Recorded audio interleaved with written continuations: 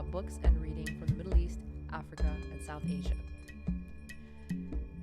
Today's episode is going to be co-hosted by Ammar Al Naimi. If that name sounds familiar to you, it might be because he co-hosted an episode with me a couple of months ago where he debuted one of his short stories, Rookie Mistake. And in this episode, he's going to be introducing his brand new full-length novel, his first full-length novel to be published. So this is kind of a big deal. I'm really honestly proud and excited to be able to watch him go on this journey because it just ticks so many boxes for me for many obvious reasons. I don't even think I need to go into all of them. The fact that it's a local writer, the fact that it's a young talent, the fact that he collaborated with local artists, and the fact that this is a 100% Omani production. So there's a lot to be proud about, but I'm gonna start off the episode with Ammar explaining a little bit more about what the book actually is about, followed by a brief reading from an excerpt from his book, and following that will be a discussion about what was supposed to be about the book, but as is the case with me, has somehow managed to meander into all kinds of territories. So you know the drill. Anyways, without further ado, here is Ammar Al Naimi.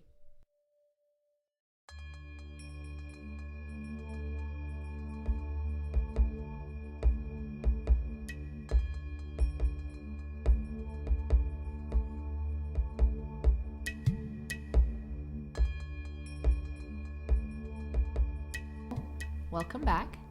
Thank you. It's really good to have you back. You're officially the first person to come back to this podcast twice. Yay, VIP. Yes, you are a VIP, a recurring VIP. Thank you. But you know what I'm really excited about is to make this announcement, which has already been announced on your platform, on your platforms. And but why don't you tell us what we're here for today? All right. So, inshallah, my next novel and my first novel, Sarim, will be available starting from June 3rd, 2021.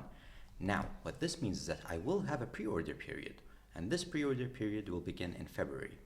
During that time, people are going to be able to pre-order the book, and then we're going to have, inshallah, this mass event where we distribute books, and it'll be available in bookstores across Oman.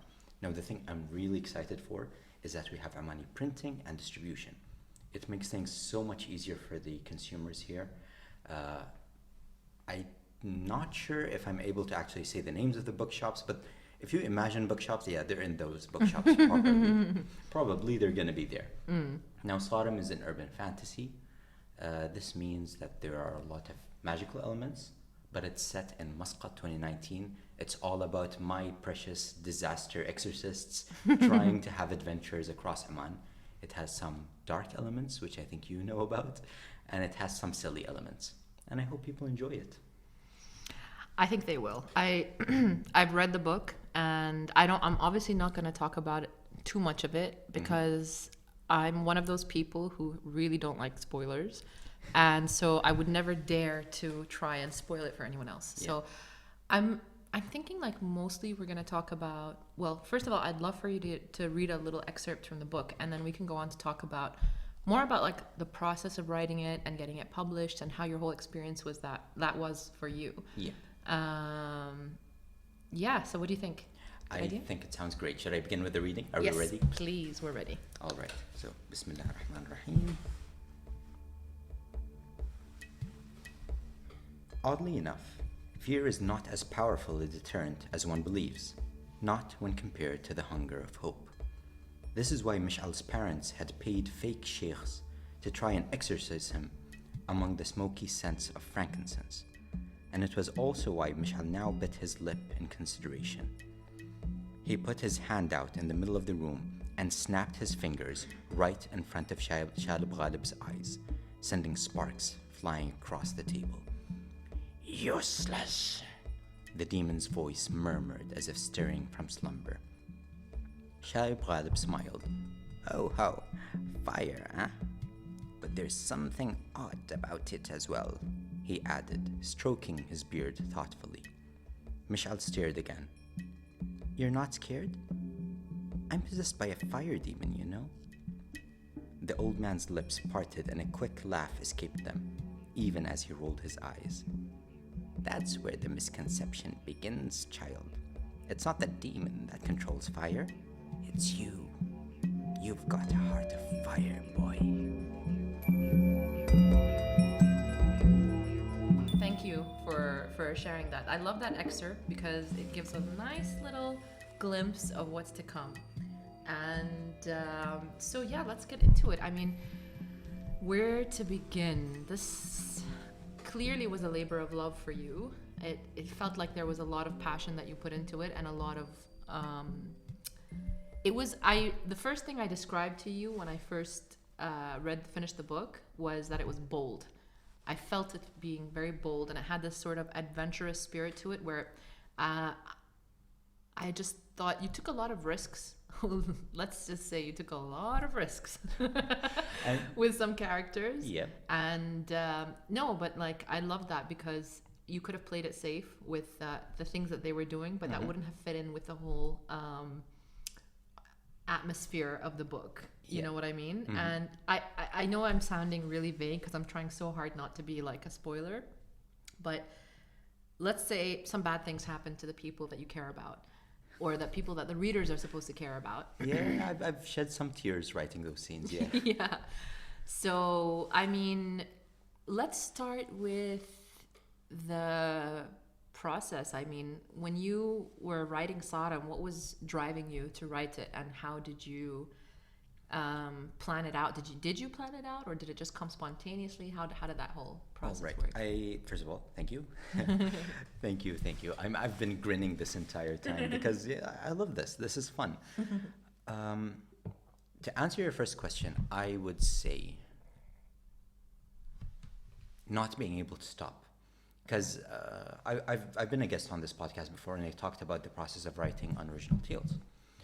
What I discovered is that I am not able to stop writing. I've had entire weeks where I've had slumps in my life, and I'm like trying to figure out, hey, what's wrong? Am I not sleeping enough? Am I not eating enough? And it turns out I've just needed to write. Amazing. Like writing gives me energy, it makes me feel stronger, and so this book is driven by that. It's driven by me realizing that this is fun, that I love it. And so I started with this spark of an idea that I had while like bragging to Muhammad Al-Attar, Maymoon Art. And I was like, dude, I want to do a manga with you. And he said, sure. What's the manga about? And I had nothing. Fatma, I had nothing. So I just like, we were on Twitter, like messaging DMs. Yeah. And I just started making stuff up to him. I'm like, there's this boy and he has fire coming out of his hand. There's this girl, her nails are red. That's all I know right now. And that gave birth to Sarim because as I began writing it, and the more I wrote, the more I loved it. And before I knew it, I had something that's like 20,000 words, 30, 40, 50, and then it's like, it was a full novel. So it's this thing where I just started and I couldn't stop, and along the way I fell in love with the characters, especially Ahlam. I love Ahlam so much. Yeah, we all do. But at what point did you realize, well, did you say that this is going to be a trilogy? Yes, okay, all right. So let's I get don't into want to it. spoil that either. Sorry, But at what point, what was it you were going to say? At what point did I know that it was going to continue? 4 months ago. Okay. So like I finished Sarim and I'm like, khalas, I'm done. Let's move on with the next project. And I wrote something that's completely different and I have it on standby. Yeah. But, I kept getting drawn to it. And people here in Oman seem to like the concept. Of trilogies? Yeah, or no, of Sarim. Oh, right. Of like, having these magical elements, this boy with powers, these jinn roaming across the streets without us being able to see them. Yeah. And I'm like, okay, if it were a trilogy, where would I start? And like it clicked immediately. I know not exactly, but I have some idea of what's going to happen. And so, yeah, I think Sarim's going to be more than one book. I have titles. It's Sarim, Hazim, Mumit. And Mumit, like saying Mumit gives me chills. Yeah, I know. Like Mumit is such a strong name. Mm. Obviously, for people who don't understand Arabic, Mumit means deadly. The deadly, literally. Yeah. He make you dead. That's literally what it is. And he do make you dead. It's such a good name. Like, ugh, honestly, I feel like Arabic is so good for like strong words like that. You know what I mean? Yeah. That pack so much meaning into them. Yeah, I think like the strength of Arabic actually just comes from synonyms. Yes. Of like just having specific words that mean specific things. Exactly. I saw this post on social media that's like the different words for friend. And it was in Arabic, there's so many Sadiq, Rafiq. yeah, each of them had a different meaning. It's like Ramis, the person who you feel comfortable spending the night with. Okay. إنه يرمس معاك. Okay, yeah. Oh I no. was like, this took a turn. Hello, Sharta. The type of friend that things get awkward with really quickly. That's me. Yeah. There has to be a word for that, by the way. Yeah, it's called Fatma. It's like, yeah, Fatim. Yes, but yeah, Arabic is just amazing for that. So now I'm going to flip things a bit. How do you feel about Sarim? No, I really loved it. I thought that, like I said, it was bold and the pacing was good. I loved the ending, which is just like ending. I love it when things fall into place. And right up until like quite near the end, I was like getting a little bit anxious. Like, there's not that many pages left, and there's still a lot of questions. Like, what is gonna happen? You know what I mean? And that is, I think, what makes a book just like unputdownable. You know what I mean? I think actually one of my weak points when it comes to writing is I kind of get to the spot where I think personally, okay, I've resolved things, and then I don't really want to write it. Like, so I have a problem. Like, after the climax, I'm just like, okay, خلاص, and the had sandwiches. That's done. Yeah. or waffles. Yeah, or waffles. Yeah, but you know that ended up. I think that's a good cliffhanger for where things should pick up in the future. Yes, definitely. But it's interesting that you mentioned as well, like I feel very much from early on, even though this is your brainchild and like it's just like there's so much of you in it, I feel. I do get a distinct sense that you work quite well collaboratively with like your artist friends. Because you've mentioned them several times, pretty much every time we talk about your work. True. You always do give them a lot of credit for, like, for example, I mean, Maymoon's, I'm like especially drawn to that cover. Maymoon knocked it out of the park. Yeah. Like, and he's like the perfect person who could have designed this cover because he created these characters alongside me. Like, obviously, I fleshed out their personalities, but like he kept telling me like, no, I want, for example, he's like, no, I want Iman to have a thing around her hand. I'm like, okay, I'll give her like a circlet around her hand. And then he helped me come up with so much of this. It's like there's nobody who understands, from an artistic standpoint, there's nobody who understands the vibe of this book like him. Yeah. Did you know that one of the complaints authors have when it comes to traditional publishing is we want to be able to pick our own cover artists, and a lot of the time they don't get to? They don't get to. It depends on the contract that they sign. Yeah, but like, I suppose. I never thought about like, that. Writing a book once. Okay, this is something that I want to say. I was thinking about this the other day. Sarim, when I started it, this was my book. Now, the more people who get this book in their hands, I can feel it tangibly slipping away from my fingers. Because it's not mine anymore. The more people that read it, the more it belongs to them. Okay. And I understand that if this book does well, it will be in the hands of so many people that it will belong to you, the readers. It'll belong to, I don't want to say it'll belong to Oman, but it will. Yes, like, obviously, to the world. This book does not like represent the country. I don't want it to be that kind of book. Yeah, like, this is just a book for people to have fun with, to read and feel things. But it belongs to the readers. Yes. And it's such a powerful feeling. Now, similarly, once you go through the traditional publishing route, you get an editor, you get an agent, and the agent makes their own changes, and then an editor, and they make their own changes. And then at some point it becomes this like project with a board who gets to decide everything. And you just, obviously I think it ends up being a better product because of that, but there are some things that suffer. Absolutely. Like, you're not going to be able to just single-handedly choose who creates your cover or what it looks like. Exactly. Like in exchange for greater resources and more support, you do have to sacrifice some artistic license. Of course. And that's a really hard thing for an artist, any artist, to give over.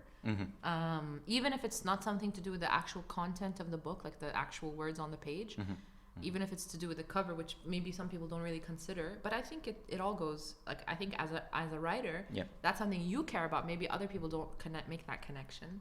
Yeah, but you know, like, I think I saw a survey where at least 30 to 40% of people said if they don't know the book, they've picked it because of the cover. I 100%, like, I don't always pick up the book because of the cover, but like, you will see my bookshelf. If you go through my bookshelf, you will notice that a much higher percentage of them have very attractive covers. Not because I'm super superficial, or I mean, yes, maybe I am clearly if I'm judging by the cover, but it's just a natural instinct. That's why they invest so much in book design. I don't feel comfortable bragging about the writing, but the cover, oh yeah, it's an amazing cover. Because I didn't do it, so it's amazing. I'm so happy with it, and a lot of people who are artists here in Oman also said, "Okay, much better." What was his name is Mohammed Al-Attar, right? Mohammed Al-Attar, yeah. And he's mostly active on Instagram, I think. Yeah, he's active on both of them, but I guess Instagram and like Deviant. I don't know what graphic designers use, that DeviantArt thing or something. I think he does Instagram and Twitter. I think that's what he does. Yeah. I don't know. I don't know much about DeviantArt. Twitter is changing. I basically only use Twitter for art. Like, I don't really like it. I have this list I created called photo files. Files as in PHILE, as in photo. Picture lovers, basically. Because I follow all these accounts of people who only, like, maybe they're randomly generated, I don't know. But there are all these accounts I follow that basically post their own original artwork, or like really good artwork, basically, or photography or whatever. And all I do when I go on Twitter is look at that. You want to know something tragic? I opened a TikTok. Okay. I haven't used it. I feel bad about it. Why? I don't know. I feel like TikTok is for the next generation, not for me. I can't with TikTok. I scrolled through it once and I'm like, I have to say, like, TikTok is so random, because like I opened it one time and I found the most helpful, like, random cooking tips and skincare tips or whatever, and then I open it another day and it's so unbelievably, like, time wasting. And it's just like, there's the thing is, as well, like, that definitely you can't control what you see. Like, things just randomly pop up and you're like, I just wasted 20 seconds of my life looking at this guy walking in and out of a room, or jumping up and down or whatever. You just kept watching? Yeah, I was like, what's gonna happen? You know, I was like, I'm sure something's gonna happen, but no. Oh my god. TikTok. Yeah, I don't, like, maybe I just don't. And like, here's the thing: when you start a social media account, everything is chaos until the algorithm learns what you like. True. And you teach it that. I'm very, like, I treat the algorithm on social media like a kid.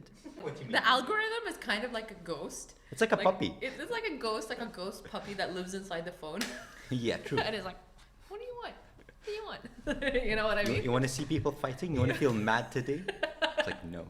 Do you want to feel unbelievably hopeless about the future? Oh, here you go. So yeah, no, I TikTok, I think, you know what would be good is, going back to the book, I think that it makes sense that you mentioned that it was a manga, it was intended to be a manga work in the beginning, because I saw a lot of opportunity for, like, cosplay in this, because the characters are so, they're so, like, they're bold characters in a sense that they're very clearly defined characters. It's not like normal literary fiction where people are, yes, they are complicated here. They have their many layers to them, but in the sense that, like, Shaib Ghalib is this guy. You know what I mean? Like, he's this guy. He always dresses like this. Yeah, it's like Shaib Ghalib smiles a lot. He has a msar. Exactly. And he has a cane with him at all times. And he's got these crazy jokes and whatever. You know, so to see Omani cosplay, like a cosplay of Omani characters, would be so amazing. Yeah, I don't know that much about the cosplay community in Oman. Cosplay community in Oman, this is my message to you. Go wild. Just take your creative liberty, and I will retweet everything that I see. Yes. Yeah, like anything that you post towards me, whether it be art, whether it be fiction from your own side, writing about what you feel, like whatever creative endeavor comes from this, I want to encourage, because I know for a fact that there are so many talents here. You know, and I wanna, like you were talking about my relationship with the artists, and I just want to see more. Like I'm not gonna be so cocky to say I want to uplift the art. Like No, that's you not, just want to draw them out. I just want to see more. Yes, Like show I me, totally agree. show me what you got. Yeah, definitely. No, I totally agree. Like, I mean, I mentioned to you last time we spoke that I took part in that Royal Opera House reimagining opera thing, So and good. all of the people, like, let's say 50% of them were like me, people who work mostly in offices and they don't really do creative endeavors as a job. Yeah. And still, and then yes, the other half were much more like musicians or whatever, like more trained people. Yeah. But still, the output, the creative output that came out of that really, I mean, it shocked everyone, even the organizers who knew that there was potential in Oman. Yeah. And this was not a very diverse cross section of Omani society. Yeah, I think a lot of the people knew each other. Yeah, Actually, right? you know, because it was in Muscat, they didn't advertise it for all around Oman, for example. As a result, you know, the types of like it wasn't all over Oman is my point. Yeah, I was really amazed by the type of talent that existed. Like there are people out there. The thing is, like in Oman, and I'm sorry to say, but I mean, it's not like this is a very controversial statement to make, but people just don't really give that much importance to art and the arts. Okay. You know, in terms and creative endeavors, in terms of like, oh, this is actually an industry that we want to support. You know, like everybody knows that we have talented, or maybe not everyone knows. We can all guess maybe that there will be talent here, and it's not going to be like you're a Picasso from day one, right? You need to be developed and supported. Can I call him a friend? Okay, a friend of mine. I only met him once. A recent enemy. No, I'm kidding. No, because I only met him once. So like I'm like, يمكن ما عقبه. But no, a friend of mine. I was talking to him earlier, and he's more knowledgeable about literature, and specifically Arabic literature here in Oman than I am. And I asked him, what would be the biggest challenge here? And he said, Ammar, in Oman, for any creative endeavor, you have to prove yourself. Like people want proof that you're good. And and he said, I'm not exactly sure why that is, but it's like there's this hesitancy, maybe because we know that not a lot of works have been famous here. And so we go like, are we sure this is good? Like it's that mentality. Oh, interesting. And personally, I felt that. Like, really? yeah, I've had things where, not when it comes to Oman specifically, or things created in Oman. There was this YouTube channel about cooking, and they had an episode, a special episode that was done in the UAE. And for 6 months, I did not click on that episode because I was worried that in the video they wouldn't like the food. And then at some point I said, why am I thinking this? Like our food is good. Yeah. And I clicked on it. But like I think it's like similar mentality. Yeah. And it goes back to Orientalism and us being, ashamed in front of the almighty, you know, powers that be. Yeah, the Western civilization or whatever. And no, I totally see that, like looking good for the Western gaze. Yeah. You know what I mean? And there's like an opposite thing that happens. I've mentioned that, I think I've mentioned both to my followers and to you, that when it comes to marketing Sarim, I'm making a conscious effort to do it in both languages, Arabic and English. And that's because I think there are two different types of people who enjoy creative endeavors here in Oman. One of them are us. Yes. It's like دراسة خاصة or whatever. The chicken nuggets. Yeah, the chicken nuggets. And then there are people who like, English is just like a secondary thing to them. Yeah. Yes. And but they still enjoy. They definitely enjoy it. They understand it. They might even have better English than us. Yes. But like they're like, no, speak to me in Arabic. I'm Omani. Exactly, and I totally respect that. And I'm like, of course. okay, Zen. So let's talk in Arabic. And I see that. Like I was saying to you as well. Like I think for me, English, I don't like saying this. Because it makes it sound like it's something I'm proud of, which I'm not. It's not something to be proud or ashamed of. It just is a fact. English is my first language because that's the language I learned first when I was born. because I wasn't born here. And as a result, my brain is just wired. If I'm going to see a road sign that's in English and Arabic, or a contract, for example, that's in English and Arabic, my eyes are just going to immediately go to the English part. Yeah. You know? So on the flip side of that, like there are people, but that doesn't mean that I won't read something in Arabic if it's compelling enough. You know what I mean? On the flip side, there are Omani people who are like me, but like the other way around. Like they can read both just fine, but their eyes are obviously going to move to the Arabic first. Yeah. So it would be such a shame to like lose out on like connecting with those people. Yeah. Just because you didn't like speak to them in Arabic or whatever. You know? Especially since I feel the same way. Like you see how I'm dressed right now. Like when watching advertisements, and I have gotten so angry listening to the radio because there was an advertisement, and the advertisement person, voiceover guy, is trying an American accent, or he is American, and I'm just like, no, تكلم بالأبا فهمك أبا like I'm like, no, I want to hear the Don't even get me started on the fake accents. I could write a thesis on the fake accents and what they do to my blood pressure. Like I don't know why it just sounds so much worse if someone is like, and now like my grandmother. Oh, maybe this is gonna sound I'm weird. going out with the squares here. Okay. I don't know how this is gonna come across. I always thought it was funny. Like she was really not exposed to Western culture much, so like obviously like she was born in the 30s, you know what I mean? Yeah. So and so when she like would listen to us talk, you know, when we used to live outside of Oman, we'd come to Oman for visits and we'd talk to each other in English, and then she'd be like, لا تتحجون كذي كمان إنجليز كنكم قطاوة now كنكم قطاوة. In her mind, that's what they sound like. My cousins used to sit me down and they would watch Kuwaiti plays. And they would just look at me every so often and they'd go like, Ammar وش قاد? ما أعرف. They're like, دوكم ما يعرف. Because of the accent? Because of the accent, and also because my Arabic was just kind of weaker than theirs. Like I didn't understand the Kuwaiti accent. Yeah. I'm like, دوكم ما يعرف. When I first moved to Oman, I had a social studies teacher who was Egyptian.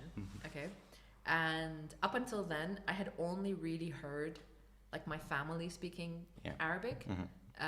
Really, like, you know, and even our accent is not like the typical Omani accent. It's more like what they call the Bahrani accent, which is like more similar to Bahrain, which a lot of people in Baltana speak like similar to me.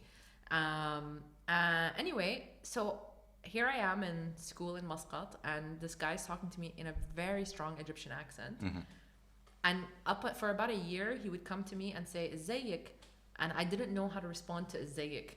Because I didn't understand what he was saying. Zayikant? Yeah, because Zay, in what I knew, a Zay is a uniform. Oh,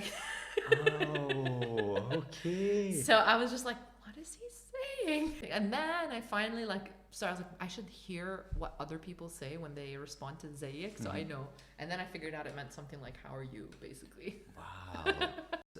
Something that I actually should comment on is when it comes to Sarim specifically.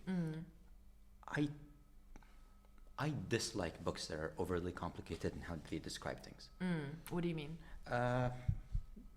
It feels like some authors, and this happens a lot with literary fiction, is they're trying to make the language really pretty, and they use the most complicated word they can so that they sound kind of smarter. And I'm like, no, I want to do the opposite. I want Sarim to be readable by somebody in their 30s, by somebody who's 15. Yes.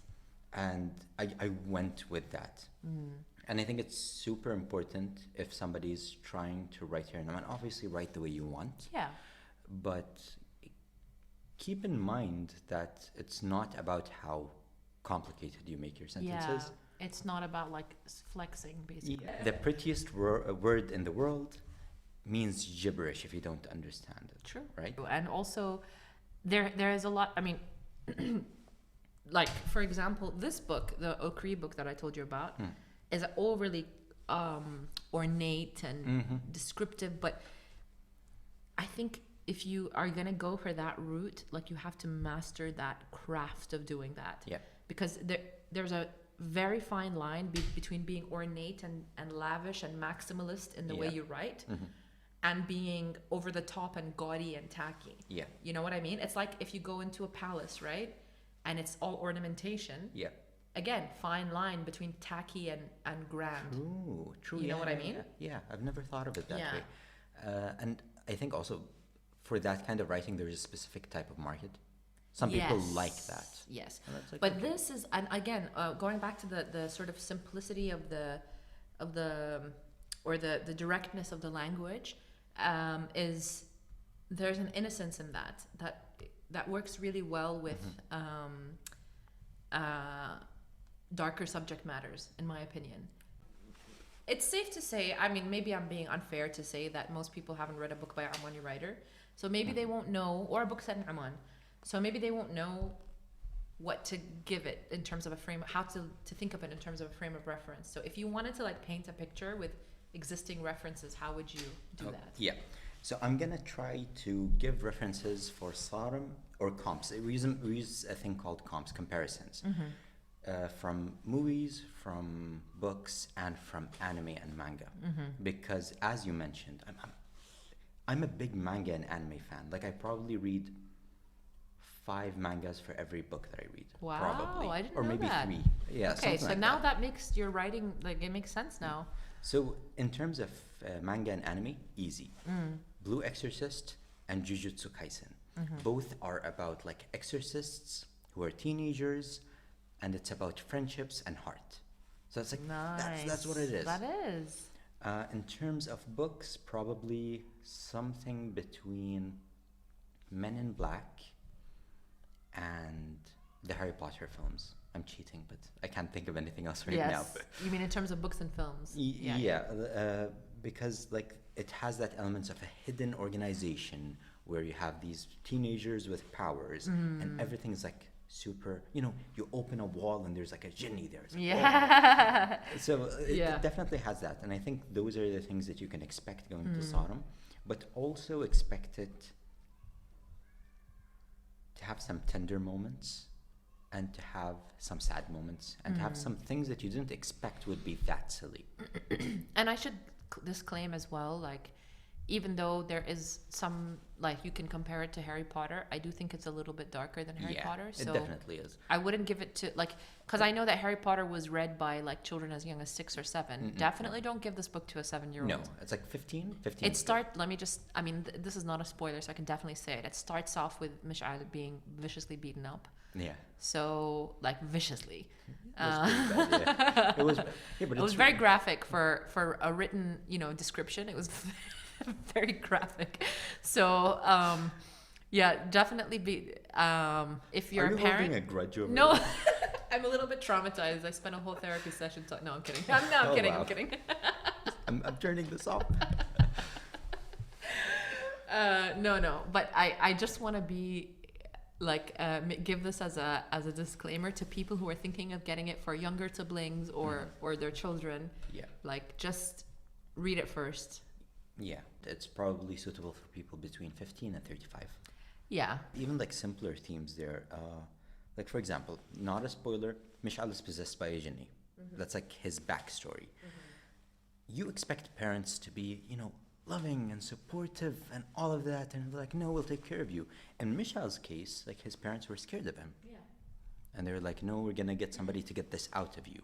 And that would be upsetting. If you're coming from a place where like, no, my parents are amazing, I'm sure these parents would take care of him. But instead they sort of treat him like this tainted person. Yeah, and it's honestly, it's not their fault. No. Like I felt sympathy for them. Like they were scared. They're scared. They have a younger daughter. Yeah. And his jinni, to clarify, was manipulating his power to play with fire. Yeah. In order to burn people and things like that. So it was like, in the story, that is a scary thing to live with.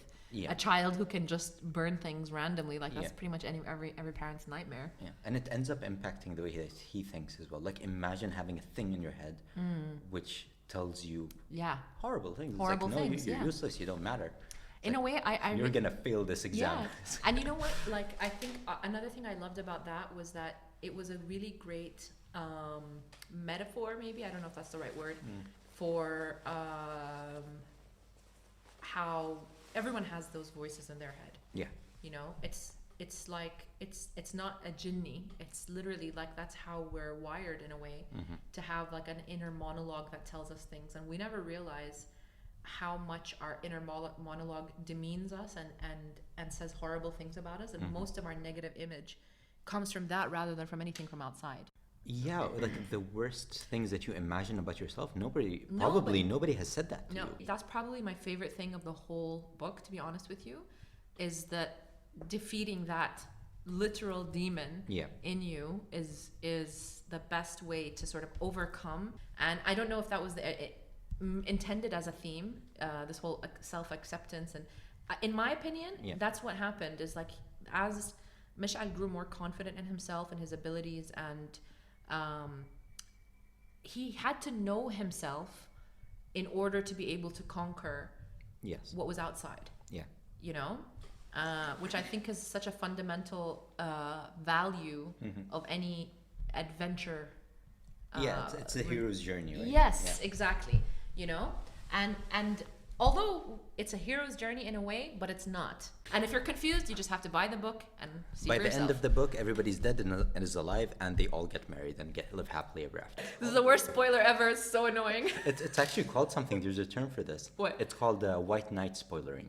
What does that mean? Where you deliberately spoil everything so that nobody can get it right.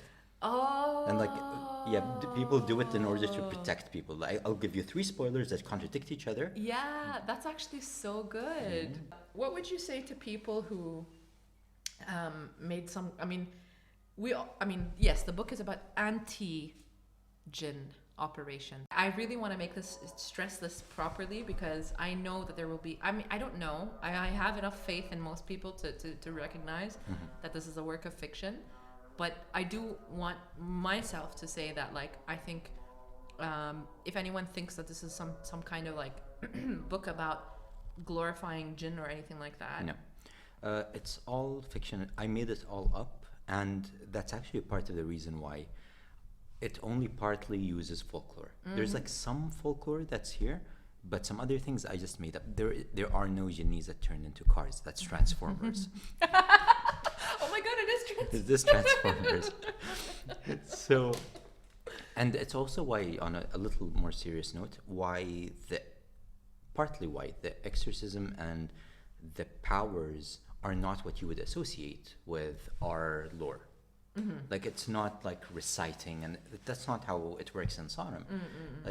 Because I wanted really cool fire powers, and partly because I want to be respectful to what like people actually believe. Yeah. I don't want to mix what people believe too much with my own fantasies. Yes. So this is entirely a work of fiction. The types of jinn that you talk about are ones that you've made up. And you have drawn from Omani lore quite a bit. Yeah. In the sense of like certain types of creatures. Yeah. So can you like give names of a couple? Like. So there are stories about something called Ammar. Yes. And the Ammar have 2 interpretations to them. The first is a jinni that lives in haunted houses. Okay. The second is a jinni that lives inside of your head. So I've used like the second interpretation in this one, but this is like a myth that we have here in Oman, an urban myth. Okay. We have an urban myth about if you drive near, was it Wadi Bani Khalid? In multiple Wadiyans here in Oman, you will be stopped by a man who asks for directions. And then when he gets inside your car, when you look at his feet, they will be the feet of a donkey. Yes. That dude is... so I've heard about that story. And yeah, I've heard about the hoof for feet. And there's a third one as well. Mghayyab. Yes, Mghayyab. Yeah. Which is more similar to like zombies. Now, Mghayyab is like, it's pretty similar to zombies. In our myths here in Oman, we use the word Mghayyab for somebody who has been taken over completely by a jinni or by a sahir, and who has lost all of their will. And so they turn into a zombie-like thing. We also use it for like bodies of people who are already dead and have been animated. So like it's like a necromancy sort of thing. Wow. So both of these interpretations are here. See, it's crazy to me that all of this folklore and these stories haven't been like because they're pretty cool. Like, yeah, I think they are. Like I tried to do more research, by the way. There are, as far as I know, there's one book and which was published a while ago in Dhafar, called حكايات جدتي. Okay. Or حكايات حبوتي, something like that. And it has like children's stories about jinn. Cool. Which apparently like literal grandmothers would say to their kids. Wow, that's awesome. There's also this one man who unfortunately I think he's still living, but there's something like he's very ill right now. Okay. He had a show which I don't think was archived, where he would like speak about folklore. Oh wow, is he Omani? He is Omani. But I don't know what happened to that show. I haven't been able to find archived footage of it. And it was like a while back. That's such a shame. But like his stories are there somewhere. Like somebody has them, I just don't know where to find them. It was on Oman TV, I guess? Oman FM, I think. Oh, it was a radio show. I think so. Okay, but, like, if there's anyone from radio listening, please let us know. And while writing Sarim, while writing Unoriginal Tales, I have grabbed as many oldish people that I could find, and I'm like, tell me the stories that you had. And some of them would tell me things, and then like so there are some urban myths that us, the younger generation, would talk about. So it's like this big hodgepodge, I think. I mean, it did make me more curious about learning, especially because I've heard of Mughayyab before, but I've never heard of Ammar and the one that live in the trees. I forgot the name of those. Yeah, I did as well. I can't remember the name. But I mean, it made me more curious. I wanted to know more. I thought like, I know that there's a lot of rich storytelling history, like there's a culture of that here. So that means there must be these amazing characters. You know, it would be a good resource actually. I've read I haven't read it back to back, obviously. It's 10 volumes, but it's the Oman Encyclopedia. Oh. It's actually really good for this kind of information. I mean, I've noticed that Oman has a lot of traditional games, like games that kids play. Because as I was using it for research, it is very comprehensive. Very comprehensive. Interesting. So if you have access to a library that has that volume, that collection of volumes, I think you'd find it very rich. So that's my book recommendation this time. The Oman Encyclopedia. The Oman Encyclopedia. Volume 1 to 10. Yeah, page turning. Have fun. I think it's kind of a shame, maybe, that we get, or some people get so caught up in defending Oman. It's like, Oman, there's no real magic, and so we shy away from these stories. Yes. Because if we look at if we look at them as just fun, yes, then they're really fun. By the way, I wanted to ask you: do you think Sarim is scary? No, it's not scary in the terms of being frightening, but it's like it gets your heart racing at some points, which is like what's gonna happen, like the action points. You know what I mean? I personally didn't find it. Maybe some of the descriptions were a little bit ghoulish. You know, descriptions of like certain jinn, because they were pretty horrific sounding. Like, and I'm sure that was the intention. Yeah. So yeah, I think I don't know. I think we should wrap up now. Yeah. But this was, as usual, like this was just so much fun. And before we wrap up, I just want to go through again the way in which people can get a copy, because right now we're in the pre-order phase, and the book is going to be published on June 3rd. Yeah. So up until then, I just have to stress this: the more people pre-order, the more what? The more everything, honestly. Okay. The thing with pre-orders is that they do three things. They hype up people who have not bought it yet. They help me find out how many people will eventually buy the book. Yeah. So what that means is that I can react more quickly. Yeah. So if I have enough pre-orders during the first couple of months, I'm like, okay, by December, it's likely to be this, so I can, print this many in advance and all that sort of stuff. And third of all, they help my self-esteem and they make me feel good. Yeah, it's important. It's really important. But no, I mean, it is terrifying right now. It is terrifying, and I know that I've from other writers I follow that pre-orders are becoming increasingly more important to writers. Unfortunately, this is the way the market is. Like people need to want the book before it's even out. Also, if you pre-order, there are going to be some stretch goals that I have. So I'm basing it like a Kickstarter. Yeah. So if we reach X number of pre-orders, I will do this. If you reach X, I will do this. Yeah, And like sort of you'll release certain like special features, let's just say. Yeah, some extra thingies. You're Yeah. gonna get some extra thingies. Yay, love thingies. What I will say, the way it'll work, inshallah, starting from February 1st, the pre-order starts. The pre-order will likely last until May. You will be able to pre-order the book via a link that I will put on my social media and multiple other places. I'll tweet it out often enough. You go there, you add in your name, a way for me to contact you, and if you live in Muscat or outside of Muscat. Once you finish that, you get a thing that says a bank account number. You transfer, the book is going to cost 5 Omani riyals. You transfer 5 Omani riyals. And then I reach out to you and I'm like, hey, okay, your book is ready. What do you want me to write on it? All that sort of stuff. Cool. Inshallah, by the end of May, this is all going to culminate in this big event. Inshallah, ya Rabbi. Oh, inshallah. Corona willing. Corona willing. Inshallah.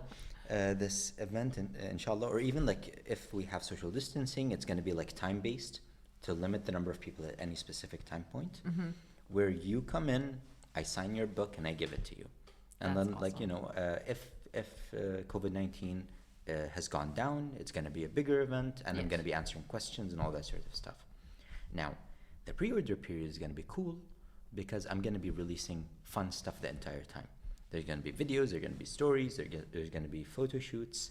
Maybe some products. Maybe some products. Who knows? Wait, hair products? I don't have hair products. No, Hair products. There's gonna be some. There are gonna be some products, book related. Yes, of course. So yeah, I hope you pre-order it. I hope that you're excited enough by the book to tell your friends about it, and I hope you join me on this journey. I think we're gonna have fun together. I love you.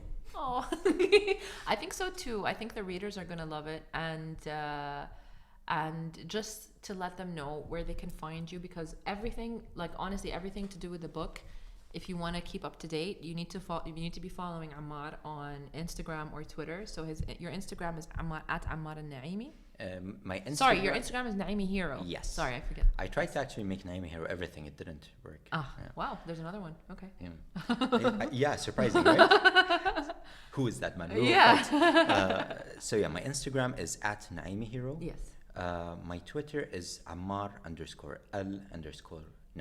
Yes. And that's where you can get all the most recent updates on the book. And it'll be fun. I'm kind of bummed out that I'm not on social media right now to see everything happening, but I am excited about the fact that it's not going to be lasting for long. So it's only a couple more weeks and then I'm back on, Yeah. you know? Yeah. So I hope by the time I get back on, I'll see things start to happen. February 1st is going to be stressful for me. No, it'll be good. It'll be exciting. January 31st is going to be me just like panicking. I'm like, oh. Which is the day this is coming out. Yes. Yeah. Oh, today, I'm panicking today. This is real time. Yeah. But yeah, thank you. Honestly, thank you so much. No I problem. love your podcast in general, and I'm happy to be part of it. Thank you. I'm really happy as well. Like I mean, I never dreamed that I would have actual writers coming on my show and talking with me. So it's very exciting for me, and to be a part of this from early on, it's really fun. I love it. So I wish you all the best, Ammar. And I really hope that the people listening, if you go to my website, to my Instagram, also I'll create a post which should already be up now on my website, which will link you to the pre-orders and give you all the information that Ammar just gave me. And I will obviously put up that link on my Instagram and my Twitter, but no one really follows my Twitter, so it doesn't matter. Instagram and Facebook.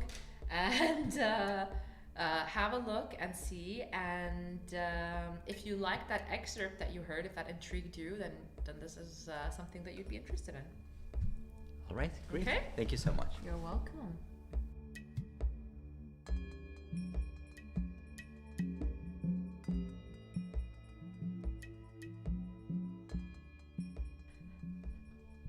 That was me talking to Ammar Al Naimi about his new book, Sarim.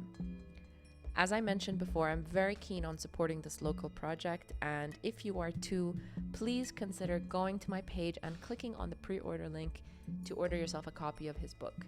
I'm especially keen on supporting emerging young artists because the more exposure and feedback that they get with their work, the better they can get and the more work that they can produce.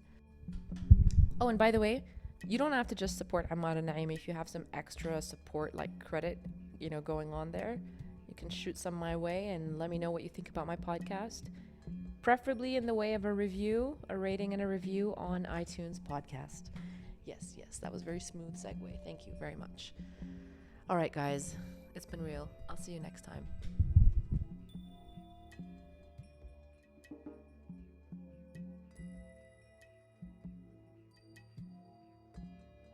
And Is that a fire alarm? okay, so I was hearing it here and I was like, where's that coming from? Is it actually a fire alarm? Should we run? No. Okay. I think it's because there's the offices here, STS. So maybe they have a regular drill or all right, something. okay. Anyways, it's all good. We'll be fine. Yeah. We can just jump out the window. It's fine. There's a fountain there, so. Grab the cat. Yeah.